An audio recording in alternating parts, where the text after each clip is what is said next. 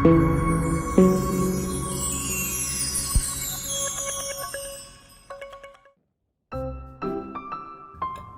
perilaku agresif menurut para ahli ada 3. Yang pertama, menurut Baron dalam Koswara 1988,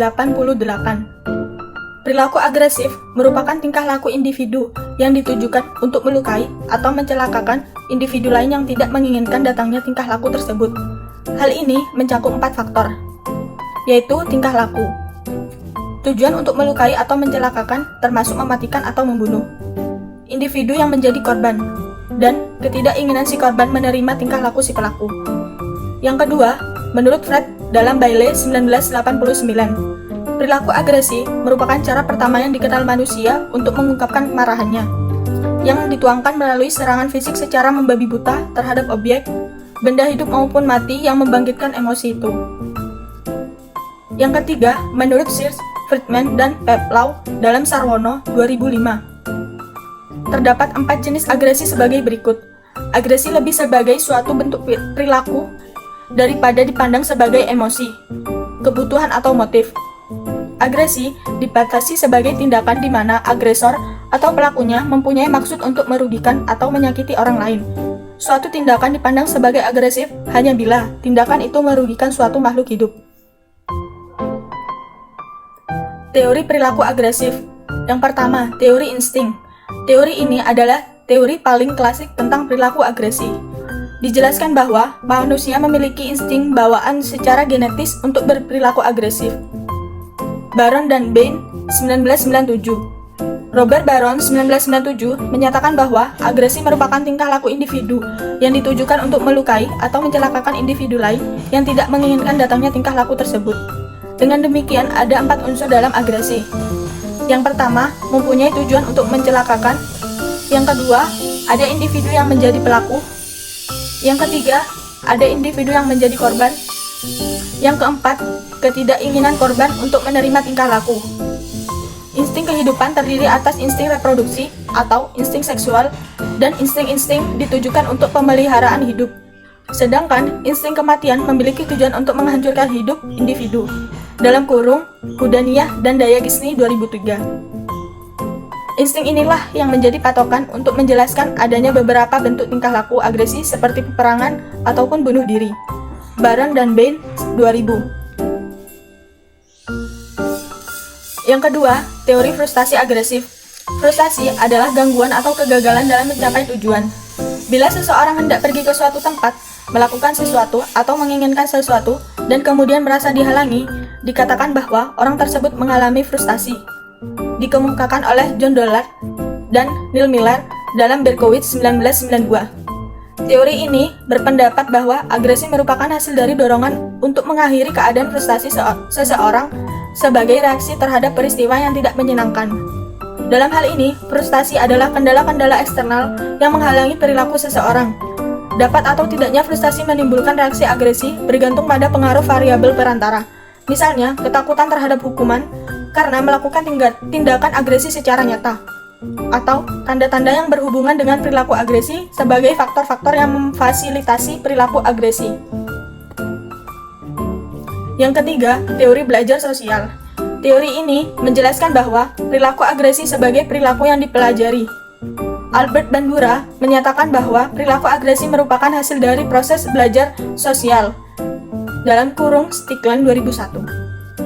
Belajar sosial adalah belajar melalui mekanisme belajar pengamatan dalam dunia sosial. Teori belajar sosial ini ingin menjelaskan bahwa akar perilaku agresi tidak sederhana, berasal dari satu atau beberapa faktor, melainkan dari hasil interaksi banyak faktor, seperti pengalaman masa lalu individu berkenaan dengan perilaku agresi, jenis-jenis perilaku agresi yang mendapatkan hukuman, serta variabel lingkungan dan kognitif sosial yang dapat menjadi penghambat atau fasilitator bagi timbulnya perilaku agresi.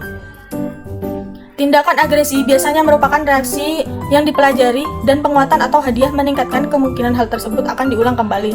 Dalam kurung Sears DKK 1995. Yang keempat atau yang terakhir, teori penilaian kognitif. Teori ini menjelaskan bahwa reaksi individu terhadap stimulasi agresi sangat bergantung pada cara stimulus ini diinterpretasikan oleh individu. Zielman, sebagai pelopor model transfer eksitasi, menyatakan bahwa agresi dapat dipicu oleh rangsangan fisiologis atau psychological arousal yang berasal dari sumber-sumber yang netral, sumber-sumber yang sama sekali tidak berhubungan dengan atribusi rangsangan agresi itu. Dalam kurung Rahis 1997. Sekarang kita masuk kepada pembahasan tentang massa agresif, di mana sebelumnya kami akan menjelaskan pengertian dari massa dan agresif. Yang pertama adalah massa. Massa memiliki arti sebagai kumpulan orang banyak dalam tempat dan waktu yang sama, serta biasanya memiliki tujuan yang sama juga. Di sini kami memberikan contoh seperti polisi menembakkan gas air mata ke arah massa yang melakukan demonstrasi di depan gedung DPR. Massa di sini sama halnya seperti pengertian di atas, yaitu kumpulan orang banyak dan melakukan demonstrasi di depan gedung DPR. Selanjutnya ada agresif. Di sini kami mengambil contoh pengertian dari dua orang ahli. Yang pertama ada Myers tahun 2010. Beliau mengatakan agresif adalah perilaku fisik maupun perilaku verbal yang diniatkan untuk melukai objek yang menjadi sasaran agresi. Yang kedua ada Prastika tahun 2005. Menurutnya, agresif adalah tingkah laku yang bertujuan melukai atau menyakiti seseorang atau sesuatu benda, baik secara verbal maupun non-verbal, yang menimbulkan permusuhan. Dari contoh pengertian di atas, dari dua ahli tersebut, dapat disimpulkan definisi perilaku agresif itu adalah suatu tindakan yang bermaksud untuk melukai, baik itu secara verbal dan non-verbal, terhadap individu lain yang disengaja sehingga dapat merugikan orang lain. Dari dua pengertian yang telah kita bahas di atas, antara massa dan agresif, dapat disimpulkan bahwa pengertian dari massa agresif atau agresif mob yaitu kerumunan massa atau mob yang didominasi oleh emosi kemarahan dan agresivitas yang dapat melukai seseorang atau merugikan orang lain. Massa agresif ini termasuk ke dalam tipe massa yang aktif, yang berarti kerumunan orang atau massa yang pada suatu tempat untuk tujuan tertentu disertai dengan suasana yang emosional yang tinggi dan siap untuk melakukan tindakan agresif, di mana yang dimaksudkan agresif di sini adalah merusak dan menyerang. Sebagai contoh, massa yang kecewa dengan keputusan pemerintah dalam Undang-Undang Cipta Kerja yang memperpanjang masa pandemi COVID-19 hingga lebih 2 bulan. Massa melakukan demonstrasi dan merusak pagar batas serta melempari petugas dengan kayu. Dapat dilihat di sini, maksud dari merusak dan menyerang ada di kata merusak pagar batas serta melempari petugas dengan kayu yang dapat merugikan orang lain. Seperti halnya contoh di gambar tersebut, di sebelah kanan. Terlihat bahwa massa membakar sesuatu sehingga menimbulkan asap yang dapat merugikan orang lain.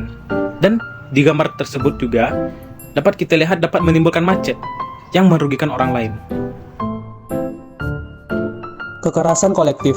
Kekerasan kolektif secara definisi adalah kekerasan yang dilakukan oleh sekumpulan orang yang dilakukan secara bersama-sama. Kekerasan kolektif ini berkaitan dengan irasionalitas, emosionalitas, dan peniruan individu yang lepas dari pembatas sosial suatu organisasi sosial. Individu-individu yang berada dalam suatu kelompok atau crowd dianggap saling meniru, sehingga saling memperkuat dan memperbesar emosionalitas dan irasionalitas sesamanya.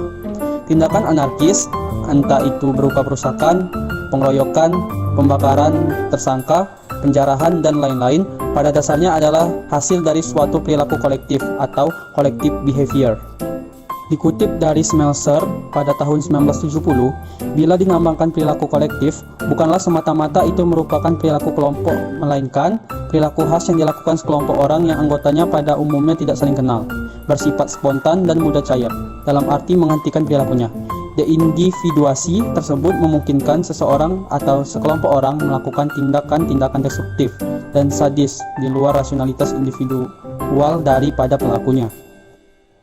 Salah satu contoh kasus yaitu terhadap kekerasan kolektif dalam konflik-konflik di tengah masyarakat, yaitu perkelahian antar kampung. Kekerasan yang dilakukan oleh pendemo yang anarki, demo anarki yang merupakan suatu tindakan bersama dalam suatu kelompok. Dengan kata lain, demo anarki sebenarnya merupakan perilaku bersama-sama atau kolektif. Secara logis, sebenarnya bisa dikatakan bahwa tindakan anarkis akan menurun drastis bila frekuensi kemunculan perilaku kolektif juga ditekan habis-habisan. Dalam hal ini, yang paling efektif melakukan tekanan itu sebenarnya anggota masyarakat sendiri, dan bukan polisi. Mengingat perilaku kolektif bisa muncul di mana saja, kapan saja, secara tak terduga. Padahal polisi tidak mungkin berada di mana-mana. Terlebih lagi, bila diingat bahwa masyarakat Indonesia termasuk tipe masyarakat yang mudah terbawa atau hanyut dalam perilaku kolektif. Berikut adalah contoh kekerasan kolektif. Yang pertama ada perkelahian massal, yang kedua ada pembakaran, yang ketiga ada pengrusakan, yang keempat ada penculikan, yang kelima ada pengeroyokan, dan yang terakhir adalah penjarahan. Selanjutnya tahap kerusuhan massa. Kerusuhan dalam masyarakat termasuk dari bentuk nyata konflik sosial yang merupakan sebagai suatu proses sosial antara dua orang atau lebih, di mana salah satu pihak berusaha ingin menyingkirkan pihak lainnya dengan cara menghancurkannya. Dalam aksi kerusuhan tersebut, termasuk dalam aksi anarkis dapat tergolong dari adanya kekerasan secara langsung, karena sudah mengancam keselamatan dan juga mengakibatkan kerusakan pada fasilitas publik. Selanjutnya terdapat 5 tahap kerusuhan massa. Yang pertama, situasi sosial. Situasi sosial yang dimana memungkinkan timbulnya kerusuhan akibat struktur sosial tertentu, seperti tidak adanya sistem tanggung jawab yang jelas dalam masyarakat, tidak adanya saluran untuk mengungkapkan kejengkelan-kejengkelan, serta sarana untuk saling berkomunikasi antara mereka yang mengalami kejengkelan. Dalam kasus kekerasan sepak bola, penyebabnya adalah serbuan ratusan supporter dari kedua tim sepak bola yang berada di luar kontrol sistem yang ada. Para supporter memang datang dengan sikap prasangka buruk terhadap tim lawan serta supporternya. Selanjutnya, kejengkelan atau tekanan sosial. Kejengkelan atau tekanan sosial yang dimana disebabkan terhadap sebuah bentuk dari kondisi dari sejumlah besar anggota masyarakat memiliki pendapat bahwa nilai norma yang ada sudah banyak untuk dilanggar. Yang ketiga, berkembangnya sebuah rasa akan prasangka. Berkembangnya sebuah rasa akan prasangka yang menyebabkan munculnya berbagai macam bentuk akan kebencian yang dimana sangatlah meluas terhadap sebuah sasaran. Contohnya adalah pemerintah, kelompok ras atau kelompok agama tertentu, dan supporter ataupun pemain pihak lawan. Sasaran kebencian ini berkaitan dengan faktor pencetus, yaitu peristiwa tertentu yang mengawali atau memicu suatu kerusuhan, misalnya nyanyian sindiran, ejekan dengan kata-kata kasar, dan lain sebagainya. Lalu, mobilisasi massa untuk bereaksi. Mobilisasi massa untuk bereaksi yaitu adanya tindakan nyata dari massa dan mengorganisasikan diri mereka untuk bertindak. Tahap ini merupakan tahap terakhir dari akumulasi yang memungkinkan pecahnya kekerasan massa.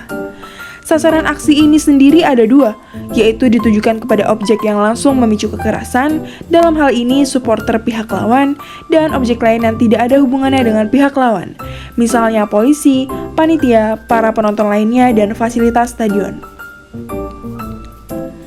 Dan yang terakhir, melakukan kontrol sosial. Kontrol sosial yaitu kemampuan aparat keamanan dan petugas untuk mengendalikan situasi dan menghambat kerusuhan. Faktor ini merupakan lawan dari faktor sebelumnya. Semakin kuat kontrol sosial, maka semakin kecil kemungkinan meletusnya kekerasan. Dalam hal ini, kontrol sosial terlihat jelas pada upaya polisi dan pihak keamanan dari panitia penyelenggara untuk meredakan kerusuhan yang telah terjadi. Sekian presentasi dari kelompok kami. Wabillahi taufiq wal hidayah. Wassalamualaikum warahmatullahi wabarakatuh.